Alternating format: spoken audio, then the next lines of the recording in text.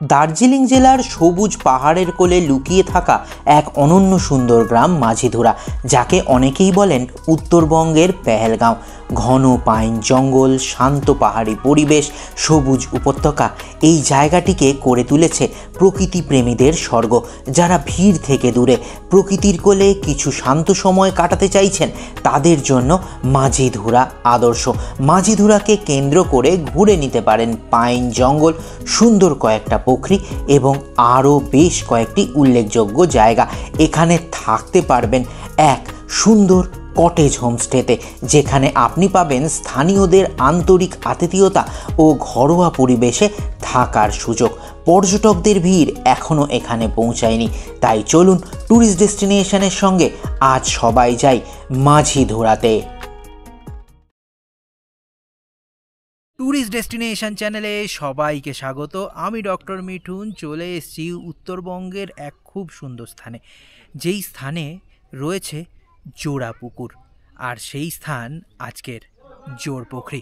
জোরপোখরির কিছুটা নিচে স্থানীয়রা বলে থাকেন এই পুকুরগুলো বড় বেশি ওনাদের সুখের, ওনাদের সমৃদ্ধির কারণের। তাই সেই স্থানের নাম কি? সুখিয়া পুকুরি। আজ আমরা সুখিয়া পুকুরি জোরপোখরির কাছে সুন্দর এক গ্রামে থাকব, যেই গ্রামের নাম মাঝিধুরা। উত্তরবঙ্গের পেহেলগাঁওর উদ্দেশ্যে বেরিয়ে পড়া হাওড়া, শিয়ালদা, কলকাতা স্টেশন থেকে নিউ জলপাইগুড়ি জাংশন স্টেশনের জন্য রয়েছে অসংখ্য ট্রেন।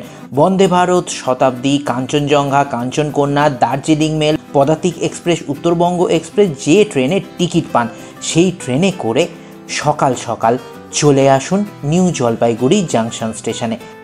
নিউ জলপাইগুড়ি জাংশন স্টেশনের বাইরেই আপনার জন্য অপেক্ষা করবে গাড়ি। আমরা মাঝিধুরা ট্রিপ করছি ওয়ান্ডারটেল হলিডেজের সঙ্গে। ওনারাই গাড়ি পাঠিয়ে দিয়েছিলেন যথাসময়। সেই গাড়ি শুকনা ফরেস্ট পার করে এখন চলে এসছে ঘুমের রাজ্য, ঘুম স্টেশনে।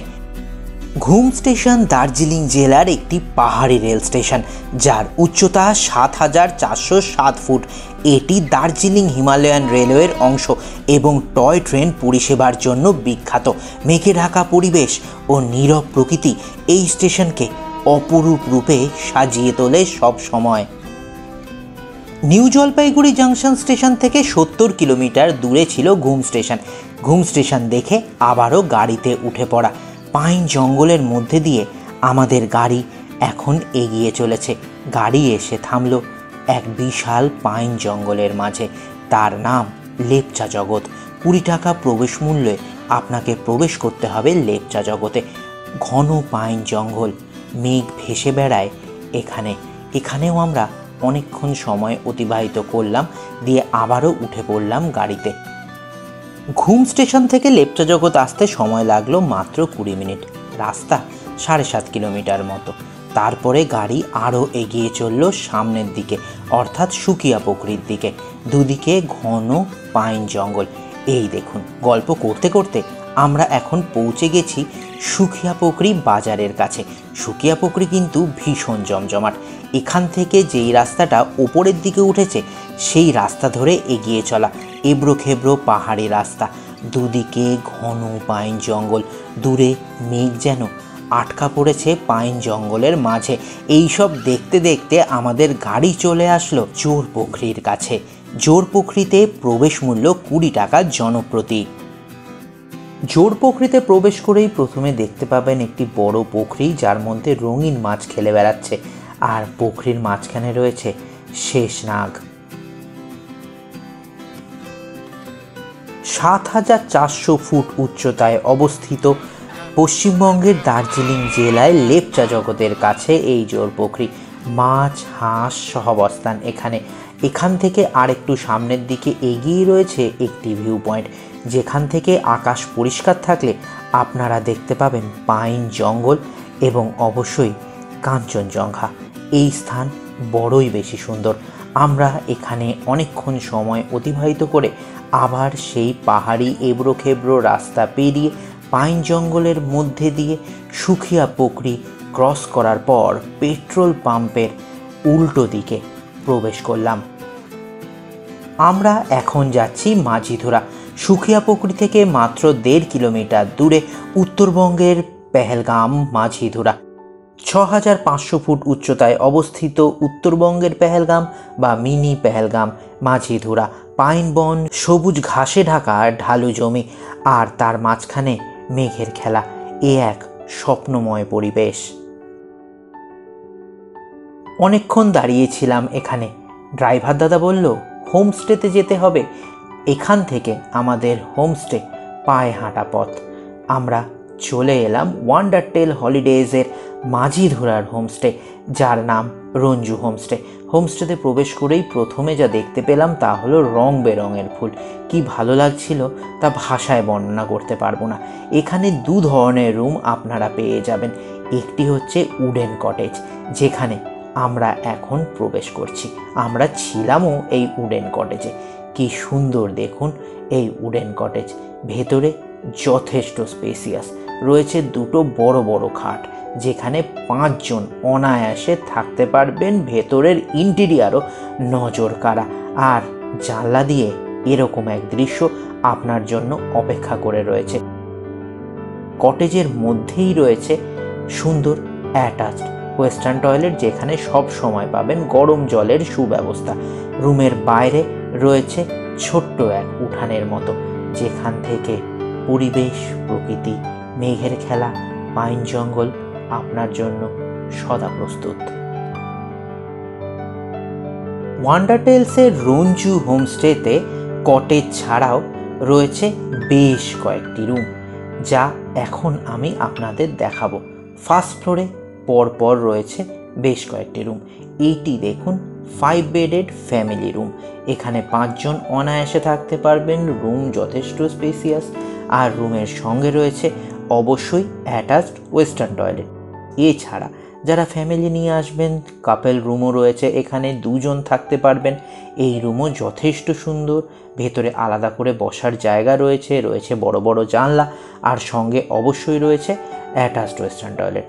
এবং যে রুমেই থাকুন না কেন, প্রত্যেকটিই কিন্তু ভিউ রুম। জানলার বাইরে দিকে তাকালে এই দৃশ্য আপনাদের জন্য সব সময়। আমরা আজ এনজিপি থেকে এসেছি। এসে এখন একটুখানি ফ্রেশ হয়ে বিশ্রাম নিয়ে চলে এলাম রঞ্জু হোমস্টের ডাইনিংয়ে। ডাইনিং যথেষ্ট ভালো। ট্র্যাডিশনাল গ্রামের আতিথেয়তা এখানে আসলে আপনি অনুভব করবেন। এখানে অনায়াসে অনেকে একসঙ্গে বসে খেতে পারবেন। আমরা আসার সঙ্গে সঙ্গে পরিবেশন করা হলো গরম গরম খাবার। আমরা চলে এসেছি মাঝিধুরার রঞ্জু হোমস্টেতে। এসে বিভিন্ন ধরনের রুম আপনাদের দেখিয়েছি আমরা যেই কটেজে রয়েছে। কি সুন্দর ব্যবস্থাপনা, তাই না? কি সুন্দর ইন্টেরিয়ার। আর মেঘের খেলা পাহাড়ি উপত্যকা তো রয়েছেই। আর এখন সময় হয়ে গেছে মধ্যাহ্নভোজ তথা লাঞ্চে কী কী রয়েছে? গরম গরম ভাত, এখানে রয়েছে শসা, পেঁয়াজ, লঙ্কা, এখানে রয়েছে ঝুরি ঝুরি আলু ভাজা, এখানে রয়েছে ডাল গরম গরম, এখানে রয়েছে পাহাড়ের নিজস্ব স্কোয়াশের তরকারি, এই হচ্ছে চিকেন, আর শেষ পাতের জন্য পাঁপড়। ভীষণ খিদে পেয়ে গেছে, ঘড়িতে প্রায় বাজে 2টো। এখানকার এই ডাল আর এই স্কোয়াশ কিন্তু লোভনীয়। আপনারা পাহাড়ে আসলে এই স্কোয়াশ কিন্তু খাবেনই খাবেন। একেবারে ফ্রেশ, একেবারে টাটকা। এবার চিকেন খাওয়ার পালা। এখানকার চিকেন কিন্তু কলকাতার মতন নয়, যথেষ্ট টেস্টি, খুব সুন্দর খেতে এই চিকেন। এই কথা আমি হলফ করে বলতে পারি, বা টেস্ট করে বলি কেমন।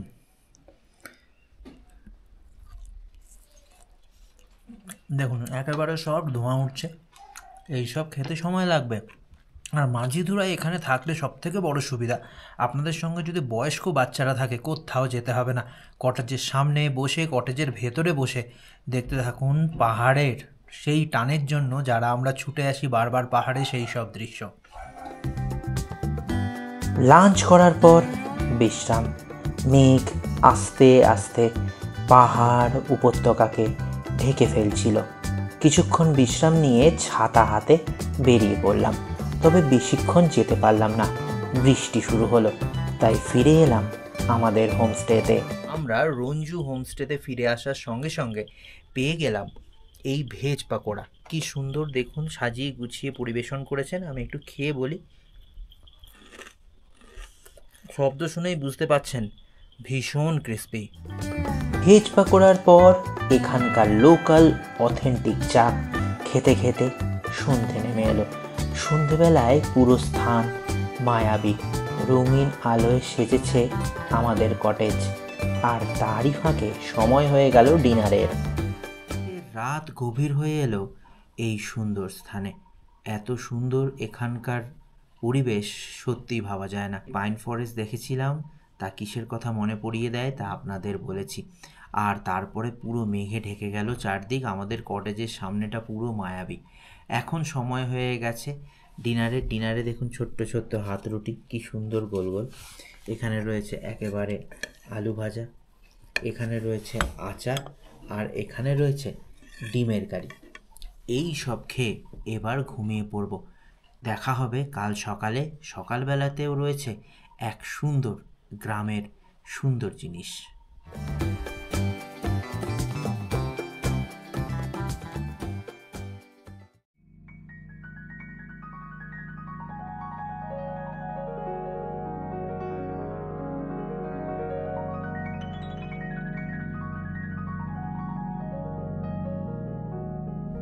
সুপ্রভাত বন্ধুরা।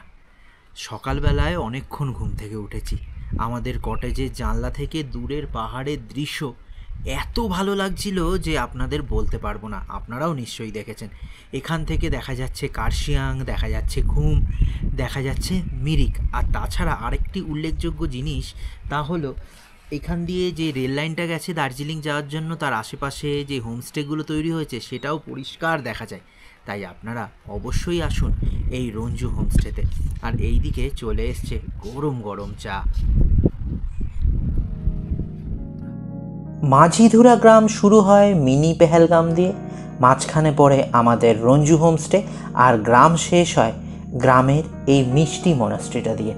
আমরা তাই সকাল সকাল চলে এলাম এখানকার স্থানীয় মনাস্ট্রিতে কেউ নেই, শুধু আমরা। আর মনাস্ট্রির মধ্যে অধিষ্ঠান করছেন বুদ্ধা। এই মনাস্ট্রি থেকে দূরের দৃশ্য, পাহাড়ের ঢেউ খেলানো উপত্যকা দেখে আমরা মন্ত্রমুগ্ধ। মনাস্ট্রি পুরো ঘুরে বেড়ালাম নিজের মতো করে।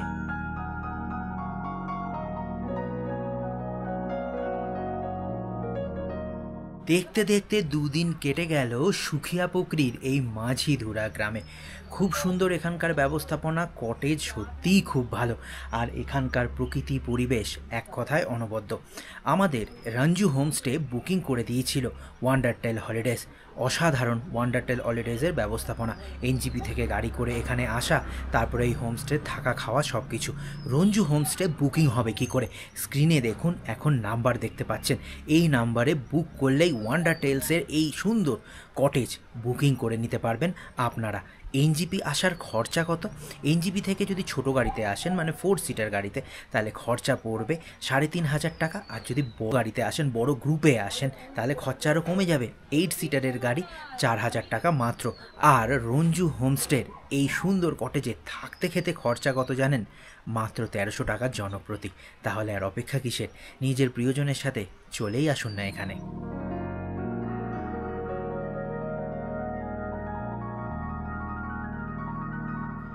কলকাতা যাওয়ার সময় হয়ে গেল, তবে এই পাহাড়ি সুখিয়াপুকুরির গ্রাম মাঝিধুরা থেকে যেতে কিন্তু একদম মন চায় না। অনন্য সুন্দর এখানকার পরিবেশ, পাহাড়ি উপত্যকা, পাইন ফরেস্ট, এবং দূরে কত কী দেখা যায়। আবার ক্ষণে কিছুক্ষণ পরেই মেঘে ঢাকা পড়ে যায়। এখন আবার পুরো মেঘ ঢেকে গিয়েছে। এখন সময় হয়ে গেছে ব্রেকফাস্টে রয়েছে দেখুন লুচির মতন ফুলকো রুটি, আর এই হচ্ছে আলুর তরকারি, তাছাড়া পেঁয়াজ আর আচার তো রয়েছেই। আমি একটু খেয়ে আপনাদের বলি। দেখুন আচার চলে এসছে। একেবারে এখানকার আলু টেস্ট কিন্তু পুরোপুরি আলাদা।